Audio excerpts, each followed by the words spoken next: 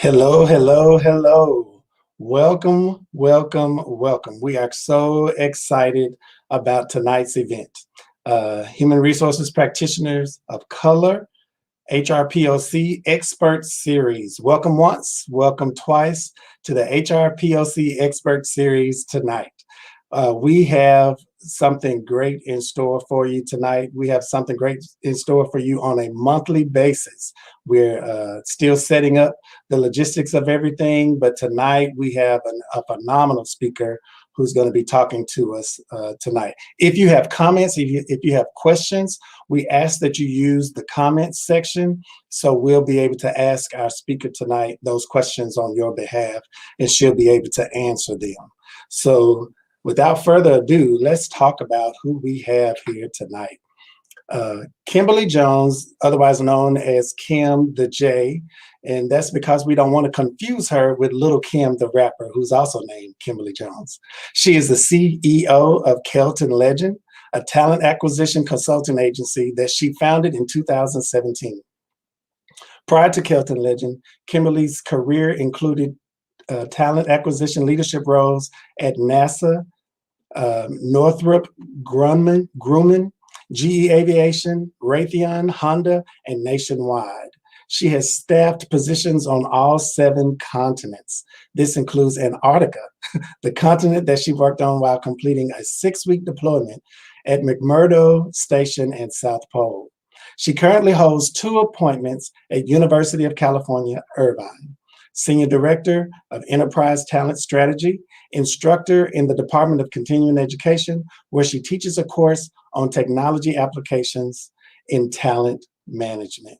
So without further ado, let's welcome our very own Miss Kim the J. She's going to be talking to us tonight about metrics. Kim, thank you so much for doing this.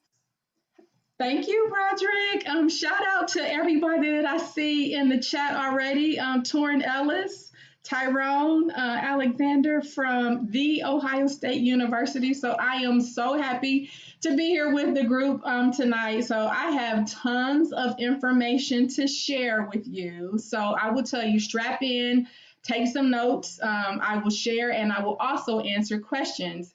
And before I get started, I want to make note, I have an assistant that's over my shoulder. And so he is always with me, Albert Einstein. And when I get started in my presentation in a few minutes, you will understand why. All right, so welcome to Metrics, Methods, and Madness. And so this was a topic that was very important to me. I had a chance to present at the California Churn conference back in October. And what I'll be sharing with you is a case study. This isn't a hypothesis. This is an actual case study of a client that I worked with a few years ago. So here's why I started with Albert Einstein. When we hear metrics, we automatically think about math. I know math isn't always our favorite thing, not everybody's strong suit, but I found a way to make math relative to metrics really simple. And so some of us may see this and just the dread of, do I need an Excel spreadsheet? Do I need to write a formula? Do I need to create a pivot table? By the end of this presentation, my goal is to help simplify for you the metrics that really matter. But getting to those metrics requires some diligence and creating a process that allows you to construct your data string as you move through your talent acquisition process. So let me first start with a definition. And this is what I would say distinguishes my conversation about metrics from other people in the industry. So what is a metric specifically for talent acquisition? And I think having this definition will help you center because there are a million things that you can actually count. There are benchmarking documents, best practices, and people always ask, what metrics should I be tracking? This is really personal to your organization. And so here's why this definition is important. A metric is a data element that you extract from your applicant tracking system that allows you to measure 2 very important things: strategy effectiveness and process efficiency. So for those of you who are taking notes, please write down those two things, because you will also think about some of the things that are going on in your organization right now. And as you've been trying to decide which metrics to track, you should be able to align those metrics to one of these two definitions: strategy effectiveness or process efficiency. So the business case. So I was very fortunate very early in my, once I launched my consulting practice, signed a client who said, help us. Like we really are starting from scratch. And so the company is Cervicon Systems. They are a family-owned commercial janitorial company located in Culver City. They have approximately about 1,800 employees. And the reason why they asked me to help them, they were still using a paper application process. And they recognized that they were growing and they wanted to grow. They were also being asked by their clients out in the industry for data, and it was very difficult for them to produce that data. So they wanted to transition from paper to an applicant tracking system. At the same time, they were also transitioning to a new HRIS system. So not just one system implementation, they had two system implementations working simultaneously. And so this was actually advantageous, because once I was able to see the footprint of the data that they were keeping in their HRIS system, I was able to utilize that information in the configuration process for the applicant tracking system. Next step that was really important, once I understood what my client was looking for, is what I call strategic planning. And you hear this word used, oh, you're so strategic. Please make sure you know what that word means when you decide to use it. And so part of the strategic planning were a couple elements. The first was Cervicon, especially their chief executive officer, wanted to make sure that they were transitioning to become a data-driven, making data-driven business decisions. And this was important because there are times where things go wrong or things go right, and you try to track down what happened, and you will hear anecdotal stories about what people, think happened or what they believed.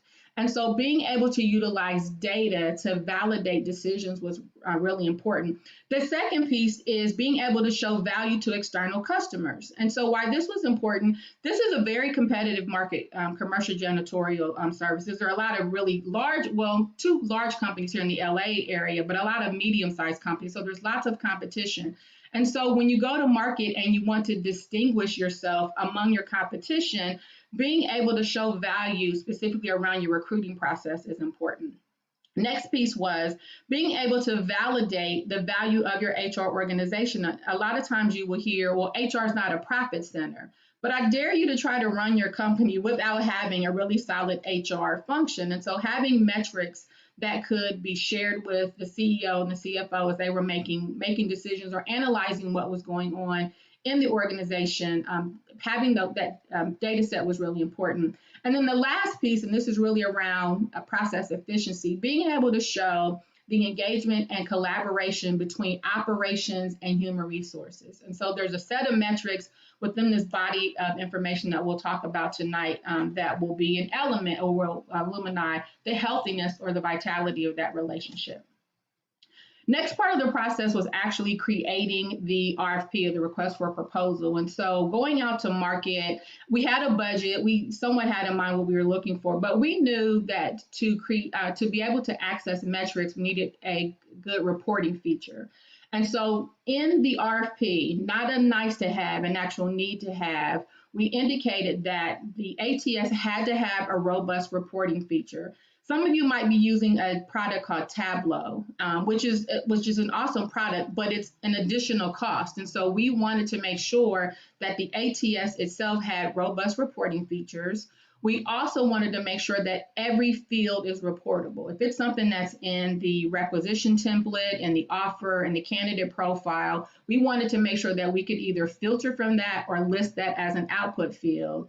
And then the last piece was an embedded dashboard, a place where we could hold static content and be able to access data so that we knew real time what was going on within the applicant tracking system, managing the talent acquisition process.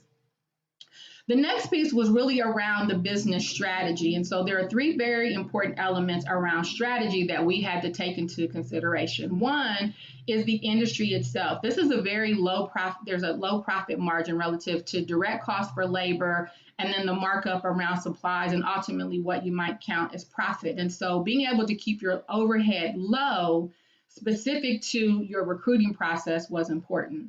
The second piece was historically high turnover. Retail, fast food, commercial, janitorial, it's not uncommon to have turnover somewhere around 50 to 60%. And so if you're constantly out in the market trying to refresh or renew your talent pool, you have to have a really solid recruiting process and be able to measure and monitor what's going on in your process. And then the last piece was competition among entry-level career opportunities. So, for example, this Cerbicon's, one of their clients was SpaceX. SpaceX is across the street from Lowe's. And so you have employees at Lowe's making $15 an hour, and you had custodians across the street at SpaceX making sometimes $13.50 or $14 an hour. So when you think about someone who is in a minimally skilled job, if I have to work for $15 an hour, would I prefer to do that at Lowe's or would I prefer to do that as a custodian at a really cool aerospace company? So we knew that competition among these entry-level jobs had to be factored into how we recruited and how we measured that recruitment. The next piece is the process. And so I want to spend a little bit of time here because I have often seen in this group and other TA groups, what's the best ATS? And I never answered that question with an actual vendor name. I always share with people, it's about best value on what's best for you. If you go out to market looking for an ATS and you haven't taken the time to really document your process, you have failed before you started because you will likely buy something that doesn't necessarily meet your needs. And so we took the time to really map out the process. You'll see here where we've outlined the different roles, the different players or stakeholders in the process. But one of the other things that's really important are the distinct and distinguishable process phases. There's a definitive transition from one phase of the process to the next. Second piece, again, are the different stakeholders that are part of the process. And then here's the two critical things.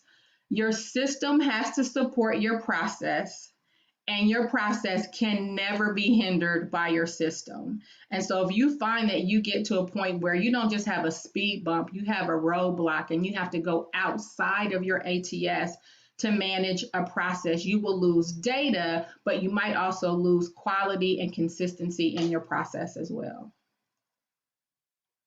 The next piece then after you selected an ATS is the configuration process. And ATSs, I will say in general, a lot of the top ATSs out the box do a really decent job of making sure you can manage the major phases of your process, creating a requisition, getting it posted, candidates applying, being able to review it, sharing those candidates with the hiring manager, engaging with those candidates, moving them to offer, and then ultimately hiring them into your HRIS system.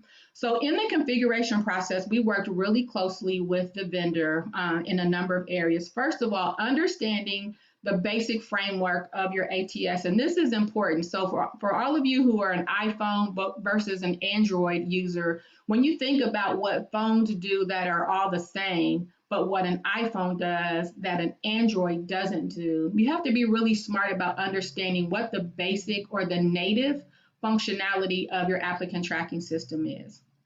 The second piece is just the sequential workflow. How do you move candidates from one stage of the process to the next? And where are their process intersections? So for example, if a candidate has completed a phone screen, how do you marry up the notes from that phone screen with the candidate's profile and make that information available to the hiring manager? So that's what we mean when we say process intersections. And then the last piece are what we call those hard-coded data elements. And so I'll give you an example of this. When a candidate comes to your website and applies, are they presented with the question that says, how did you hear about this job?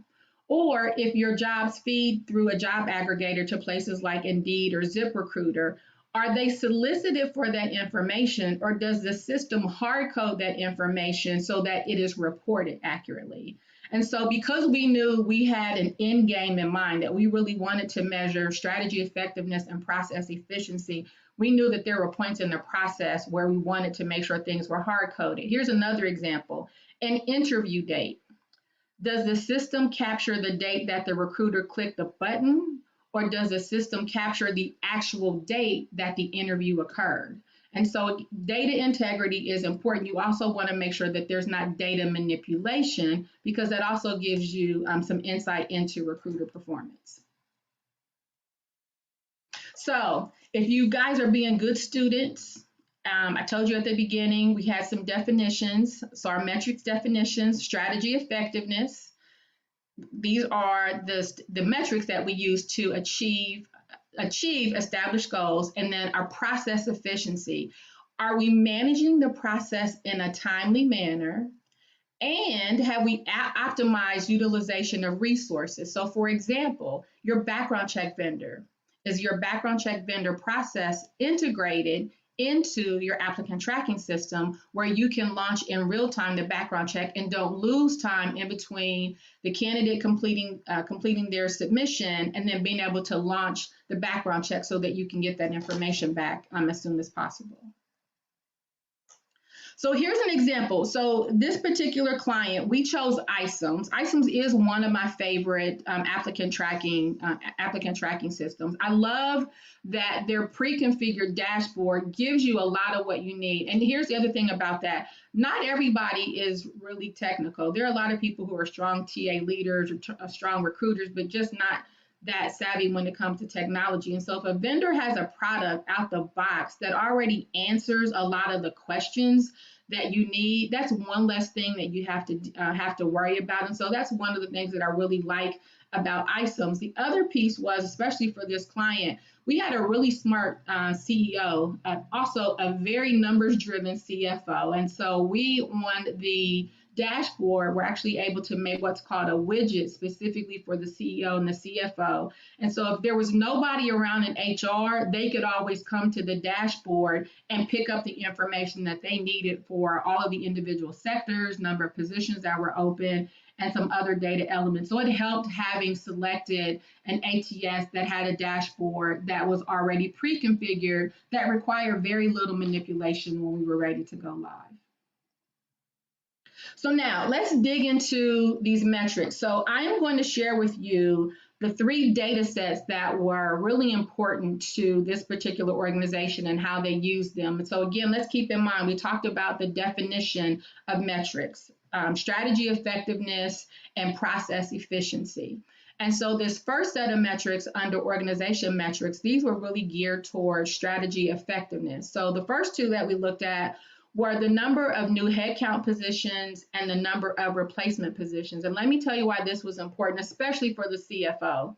When she looked at the open position report and she saw that there were 87 positions open, and if 40 of those positions were listed as new headcount, she had a calculation per body on how much additional revenue that meant for the organization. She could also then tie that back to the sales organization to say, is this new organic growth, or are we growing business with our existing clients?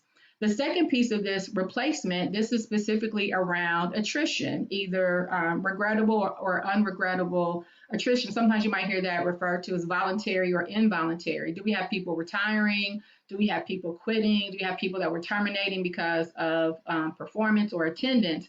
And so understanding where we potentially have churn in the organization helped us better understand specific client sites, specific sectors, because there was refinery, aerospace, and healthcare. So looking at the percentage of positions that were new versus replacement headcount were important. EEO was always important. This is not diversity. I don't want anybody to confuse diversity with EEO. There's an actual EEO reporting requirement with this particular client. Candidate source. So this organization had, I will say, not a small budget, but they were very careful about their budget. And so being able to track candidate source, and what we found through being able to track candidate source, Indeed and ZipRecruiter really were the top places where candidates were coming from. And so in the first year, we had money spread out kind of in a number of different places. The second year, the TA leader really said, let's recalibrate. We see where we're getting, the most bang for our buck. Let's invest more money into those profile positions on Indeed and ZipRecruiter to make sure we really are tapping into the population. They also had a significant need to recruit into the Hispanic community here in the area. And so it was important to make sure we were using the right platform. The other piece was number of positions open this week and the number of positions filled. So if you feel like, man, I closed 10 requisitions, I feel really good. But if you open 20 new ones, you feel like you're not making any progress at all. So being able to track and measure that trend line for open positions was another measure of strategy effectiveness for the organization. The next area was talent attraction, and this is somewhat of a combination of strategy effectiveness and process efficiency. So this first metric, the average number of candidates per requisition. And so let me tell you why this is important.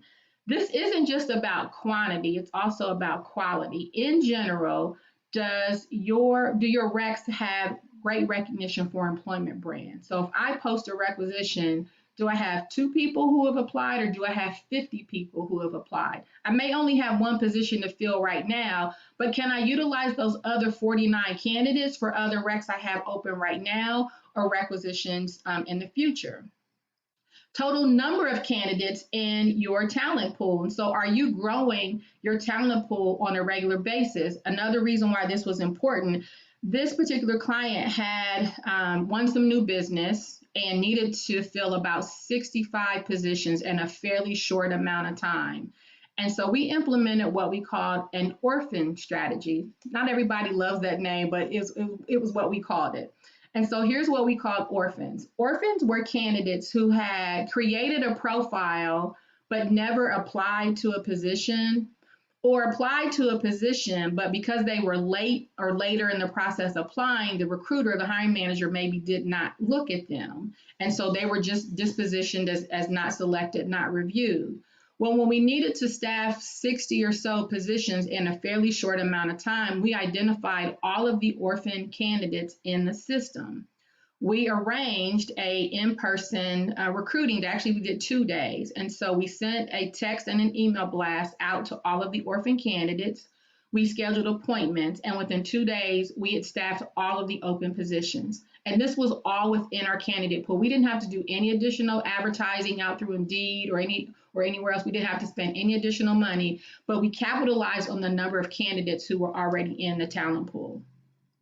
Next metric is total number of candidates that meet the basic qualifications. When you think about candidates who apply, who might just kind of shotgun, apply, versus those who are at least a little bit thoughtful about what they apply for. When you look at the candidates who at least met the basic qualifications, it lets you know I can actually take this candidate and move them to another requisition because they have proven themselves to be a viable candidate, either by experience or education. So understanding the total number or the percentage of those.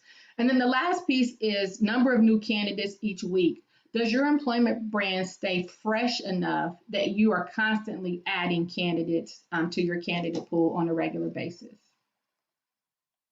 The last set of metrics that I want to talk about are really attributed to process efficiency. And so not just quick, but timely. Those actually are 2 different definitions. So the first one that I'll start with is time to apply. So from the time that the requisition was posted, how long did it take for the selected candidate to apply? Was it 1 day or was it 7 days?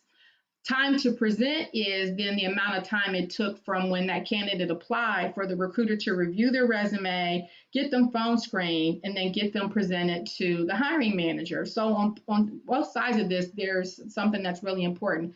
Candidates don't want to feel like they have submitted their resume and it fell into a black hole. Likewise, managers don't want to feel like they're sitting around waiting or not understanding what's my recruiter doing? Why is it taking so long? So time to present is a measure of how well your recruiter is at being able to manage the candidates in their candidate pool, but also manage expectations with the hiring manager as well. Time to interview counts from when the rec was first posted to when that candidate was selected for an interview. I believe, especially because of COVID, I am not thankful for a global pandemic, but the calendar monopoly that we have all played trying to figure out what day a candidate can get off work and drive for an interview. A lot of people are taking interviews by video and in their car. And so they may just step out for lunch. And it tends to expedite the interview process because people don't necessarily have to manage the logistics of an in-person interview.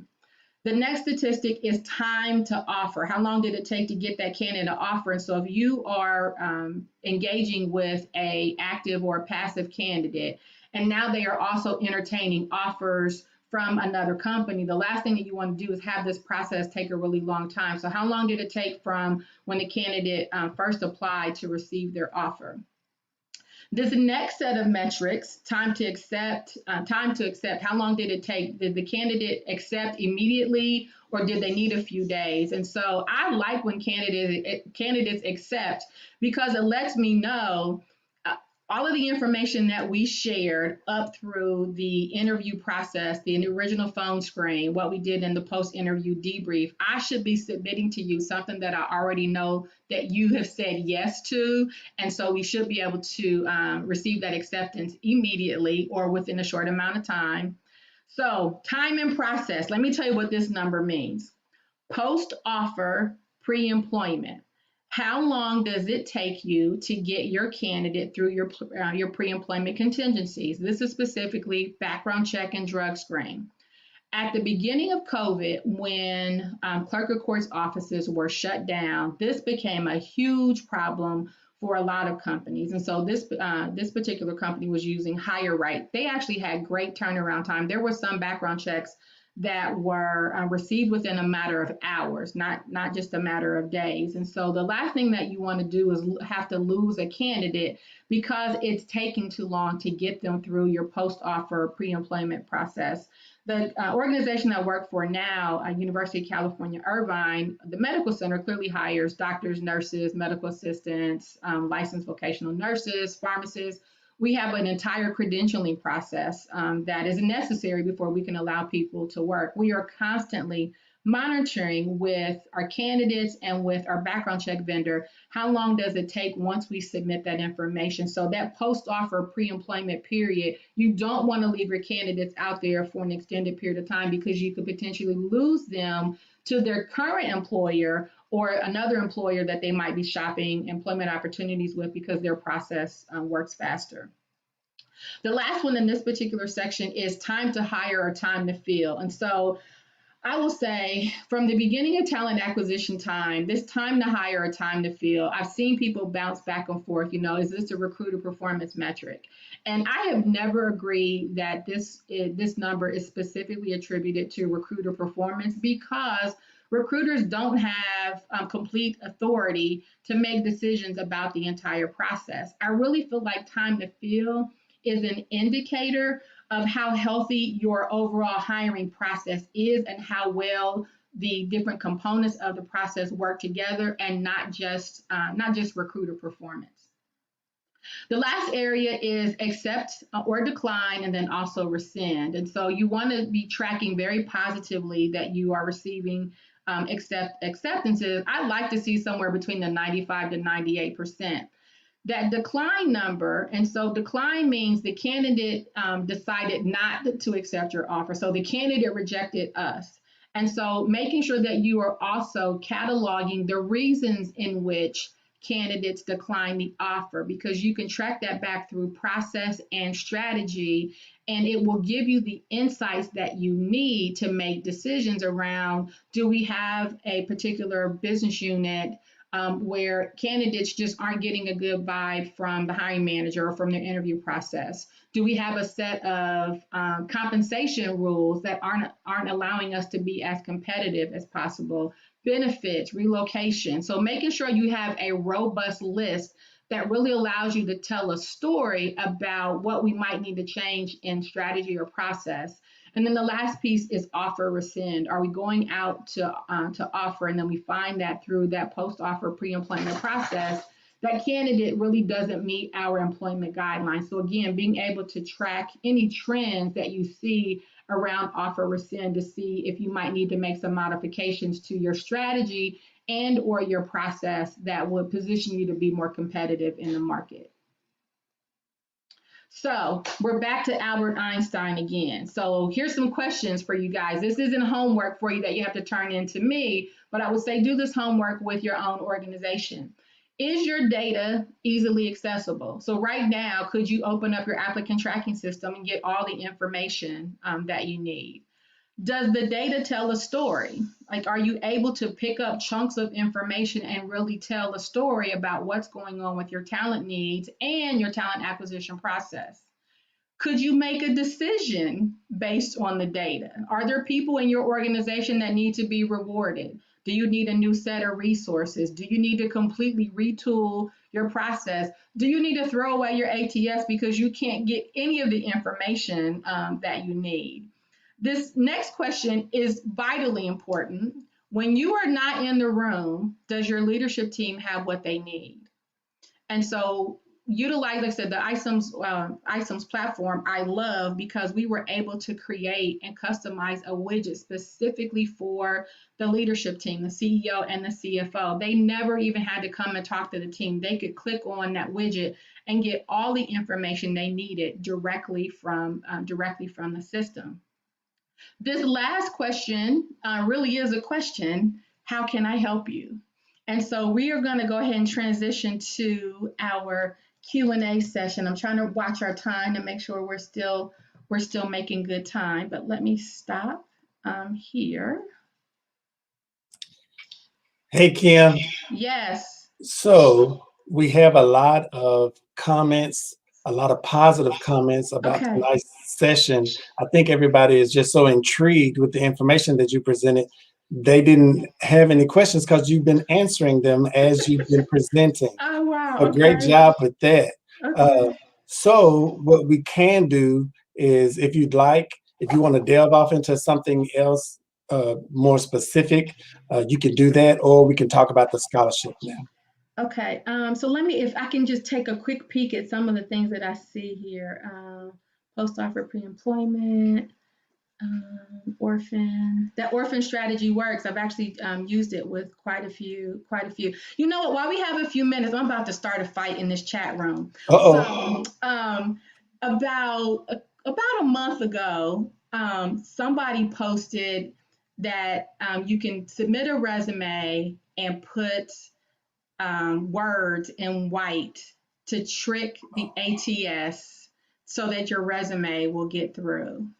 And I banged on my keyboard as hard as I could so that I could refute this. And so let me tell you how ATSs work and how they don't work. So if I am a recruiter, I will put all of the skill sets of a recruiter. I will put full life cycle recruiting. I will put phone screen. I will put OCCP. I will put requisition management.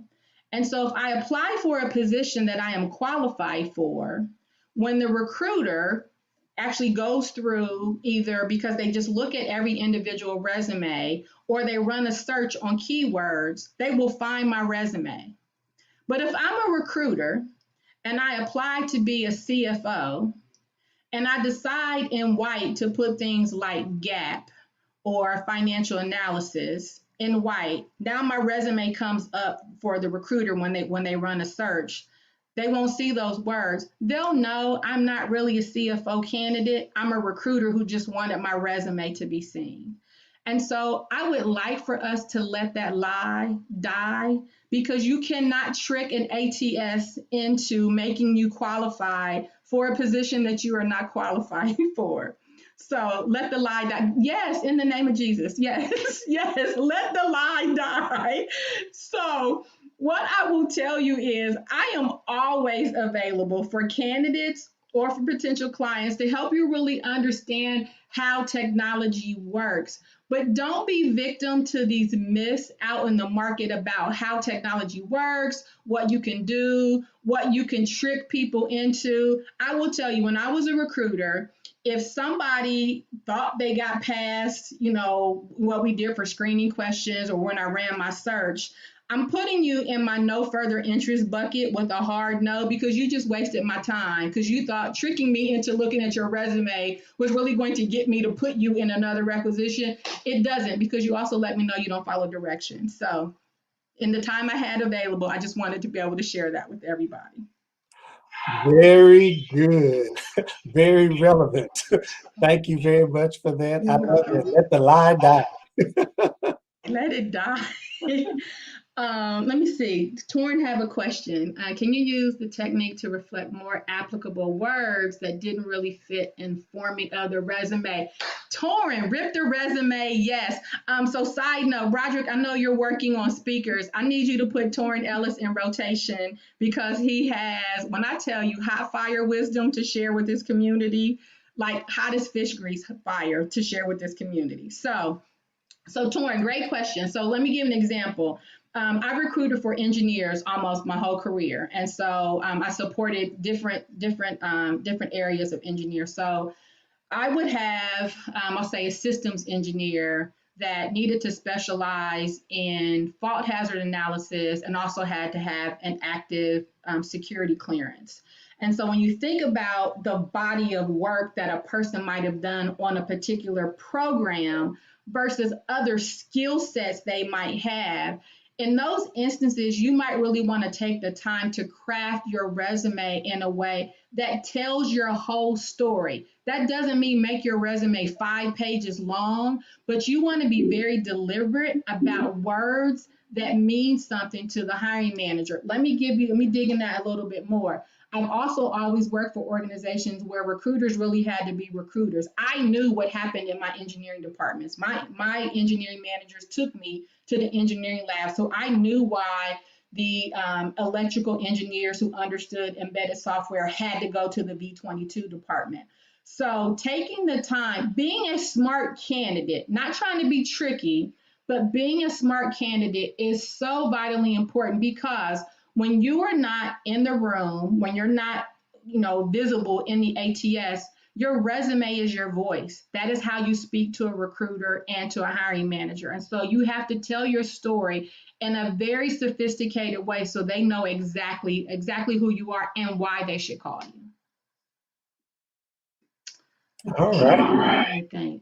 Would you like to tell us about the scholarship? Yes. Okay. So, a couple months ago when you guys first contacted me. So let me just shout out Crystal for being so amazing. First of all, for having the vision to create this group, but just how the group has grown and matured. And so, yes, shout out to Crystal for that. So when Crystal first, reached out to me, she was like, "Hey, I'd like you to be a speaker. Let me know, if you might have a speaker fee." In all other venues, absolutely, I do have a speaker's fee. This group, I would never do that. But what I asked her was that in place of that, here's what I'd like to do. Student loan debt is at a critical point in our country, and so when we think about who we are as Black professionals, we have to show up with education to be taken seriously. And so, even within just the Black community in general, Black women are the most educated population in the country. Along with that comes debt, student loan debt. And so, what I asked Crystal, I said, while I have some time, what I'd like to do is really work with this group and start a HRPOC scholarship fund that we would then be able to gift or bless some students of color who are pursuing HR as a career. So a really good friend of mine who's in this group, his name is Josh Friedenberg. He has a scholarship or a student organization that's already a nonprofit that we could potentially leverage. Here's the other thing I thought about. How many of us work for companies that do matching gifts? So what if I donate $100 and then my company matches that and now we've donated $200? So I will be posting out in the group just a post about starting the scholarship fund. We definitely will need a scholarship committee. We'll need to be partnering clearly with the HRPOC leadership team because we want to make sure that we do this under the umbrella. This is not something that we're doing separately, but really being able to find a way. And I'll tell you part of why I was inspired to do this. I have a really good friend. Her name is Kimberly Jones. She's in supply chain, and after she paid off her student loans, she stacked up some money to fund a scholarship because she wanted to help other Black women who were pursuing careers in supply chain. And I'm like, inspired. And so through Josh's organization, I was able to offer a couple scholarships through Circle of Change Leadership Conference. So I'm putting my money where my mouth is. So I will be donating $100 from me, Kim Jones, also $100 from Kelton Legend. Torrin Ellis, I happened to speak to him earlier. He also agreed to start the fund. He said he would donate $250 to help start the scholarship fund. So I will put together the post. I'll share with everybody. We certainly will be looking for a scholarship administrator, scholarship review team, marketing, advertising. But we are such an awesome group of Black professionals. And I just feel like we have an opportunity to pay it forward. And this is the right opportunity to pay it forward. Awesome, impressive. We have people already excited about the scholarship as well. So we look forward to building that team to oversee that scholarship fund and see what we can do about getting that started. Kim, is there anything else that you'd like to tell us before we get ready to go? You know, I'll say a couple nuggets. Don't get ready, be ready. And that was, I will say, the lesson I have learned through my career is if, when Crystal asked, I didn't even think about it. I absolutely said yes. And so be ready. Even if you feel like you're still trying to, kind of getting your footing. Some people here might still be new in their career and they're like, I'm not sure if I'm that good at presenting, or I'm not sure. Practice here. Practice with this group. This is a place for you to really build your confidence, because once you get out in those regular corporate spaces, sometimes it's not nice. I don't want to make this super spiritual, but I'm gonna tell you, the Bible says your gifts will make room for you. And so I will tell you, the gifts I have been blessed with have made room for me. So when I tell you, don't get ready, be ready, be ready. That is my advice to everybody here. If you stay ready, you don't have to get ready. Yes. Be ye also ready. Yes.